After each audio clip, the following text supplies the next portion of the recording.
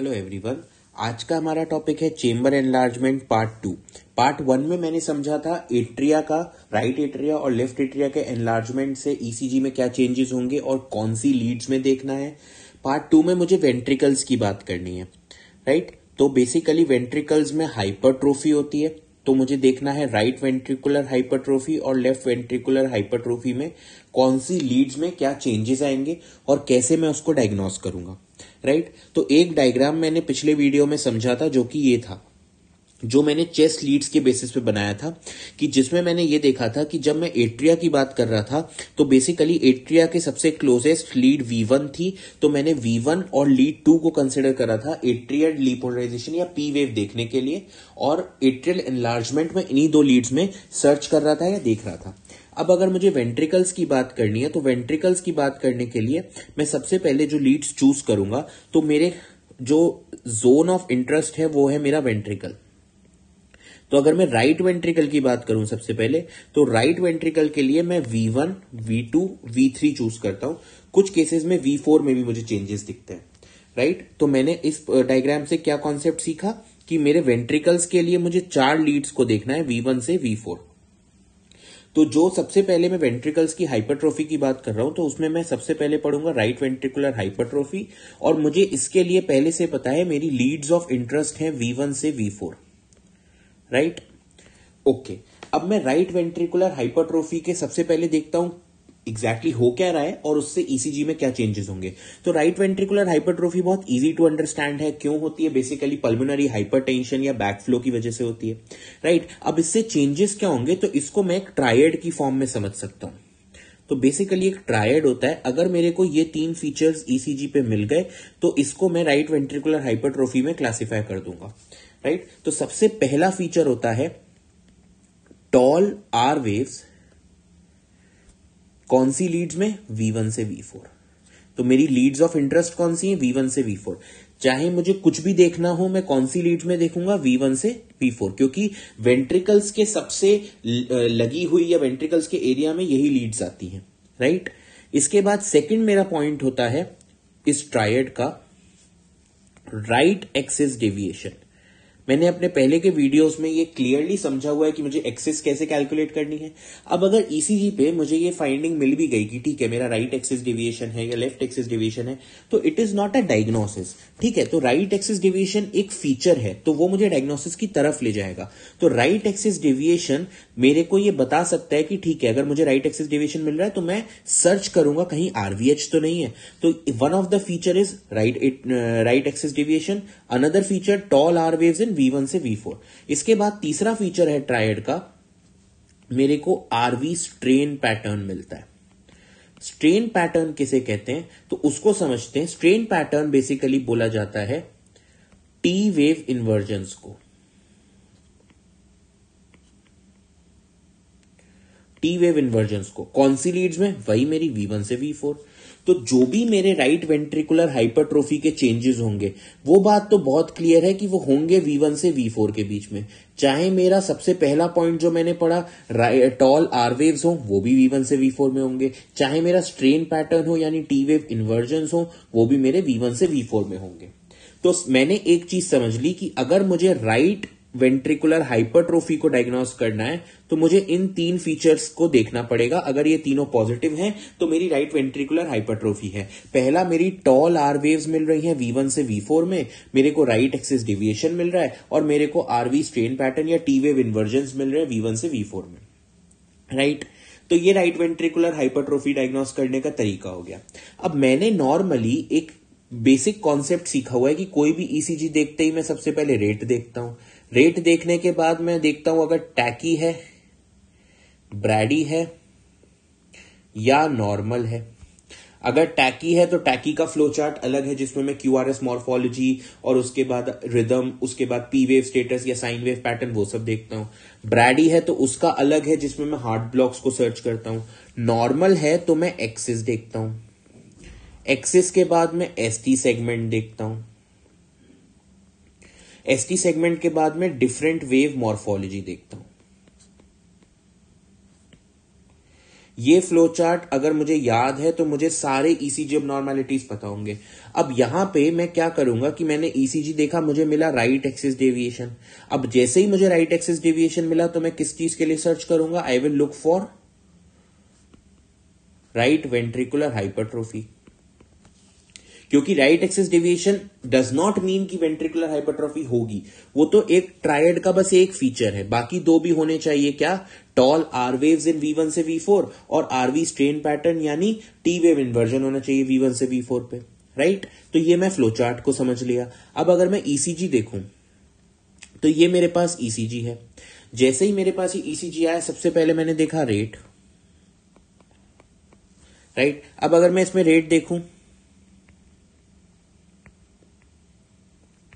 Right, 3 boxes है, 100 का rate होगा, तो मैं इसको टैकी के भी लेके चल सकता हूं। नैरो क्यूआरएस है, पी वेव प्रेजेंट है, ठीक है, लेकिन मैं इसको ऑलमोस्ट नॉर्मल ले सकता हूं, क्योंकि अगर मैं नैरो क्यूआरएस टैकी एरिथमियास की तरफ जाऊंगा तो उसमें यूजुअली रेट मोर देन 150 होता है, राइट? अगर मैंने नॉर्मल ले लिया तो मैं इसकी एक्सिस देखता हूं।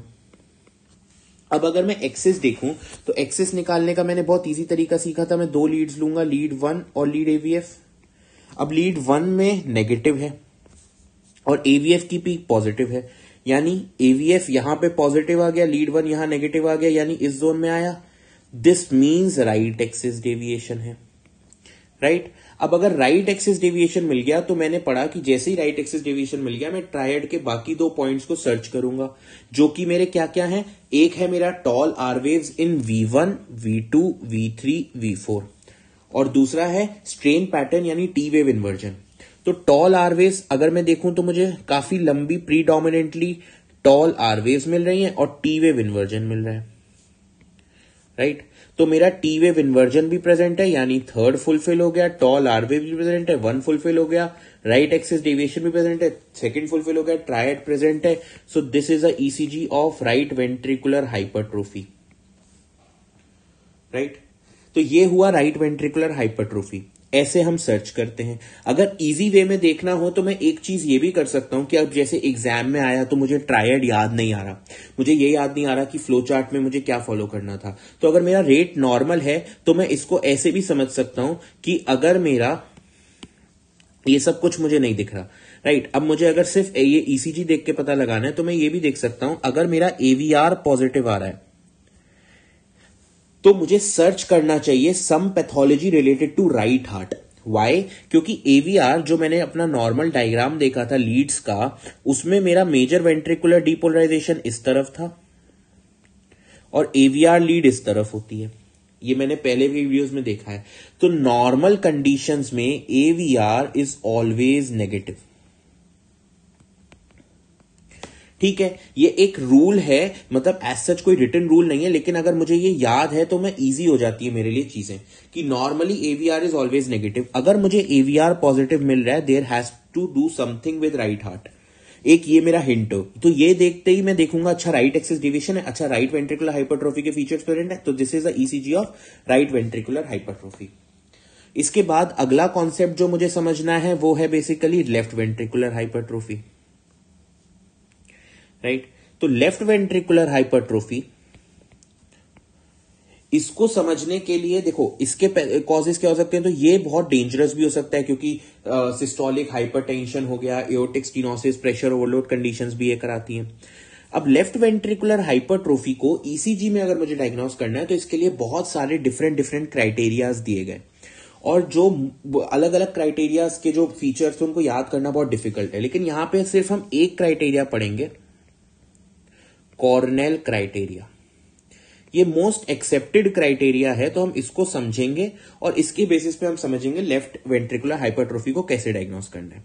अगर मैं ऐसे देखूं तो मुझे एक चीज तो समझ में आती है अपना ये वाला डायग्राम देख के कि लेफ्ट लीड्स जो होंगी, लेफ्ट लीड्स मोस्टली या तो इस तरफ वाले, मतलब ये हार्ट है लेफ्ट हार्ट, और इसके are par V3, V4, V5, V6 और इधर ही कहीं आती है आपकी AVL1, ये सारी लीड्स होंगी, राइट? तो मेरा जो क्राइटेरिया है, हर क्राइटेरिया में अलग अलग लीड्स हैं। कॉर्नेल क्राइटेरिया में 2 लीड्स को लिया, ठीक है? तो सबसे पहले मुझे याद रखना है कौन सी 2 लीड्स हैं, वेरी इंपॉर्टेंट, एक V3 है, एक AVL है। तो सबसे पहले तो मुझे याद होना चाहिए एलवीएच को डायग्नोस करने के लिए मैंने most accepted criteria Cornell criteria पढ़ा, उसमें मैंने सिर्फ 2 लीड्स को लिया, एक V3 को लिया, एक AVL को लिया। अब इसमें मुझे क्या देखना है, मुझे V3 में देखनी है S वेव,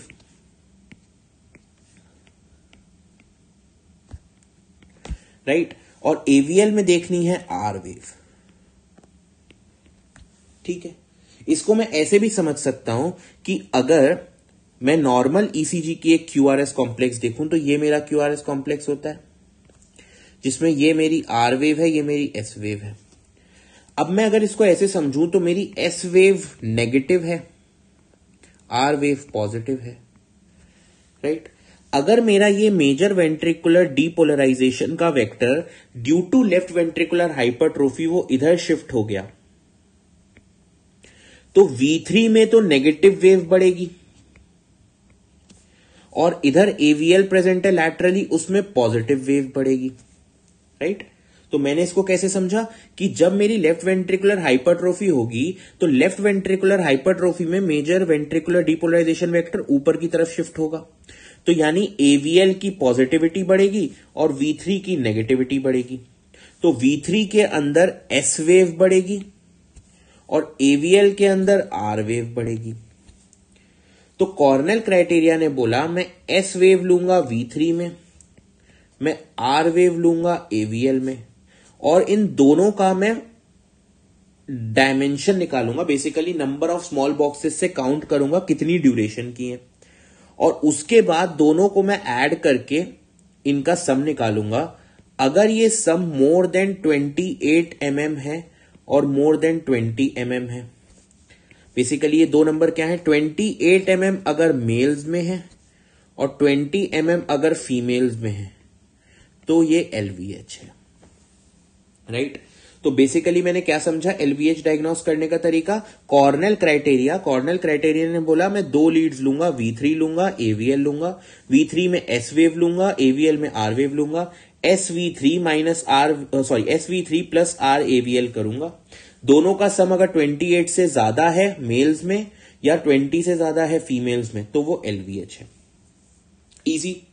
तो अब मुझे वैसे कैसे देख के पता लगेगा, सपोज ये ECG है मेरे पास, अब ये ECG है तो सबसे पहले देखो दूर से पता लग रहा है, अगर मैं कुछ भी ना देखूं, मैं रेट वगैरह भी ना देखूं, तो एक चीज जो मुझे दूर से देख के पता लग रही है वो इतनी लंबी लंबी वेव्स हैं ये, राइट, इतनी लंबी लंबी वेव्स हैं। तो SV3 अगर मैं देखूं तो ये कितना होगा, 1 2 3 4 5 25 बॉक्सेस तो यही हो गए प्लस सम 3-4 बॉक्सेस, और R AVL इसको ऐड करूं तो 28 से तो ऑब्वियसली ज्यादा होगा इररिस्पेक्टिव मेल या फीमेल। तो ये ऐसे ही पता लग गया कॉर्नेल क्राइटेरिया में ये LVH है, राइट।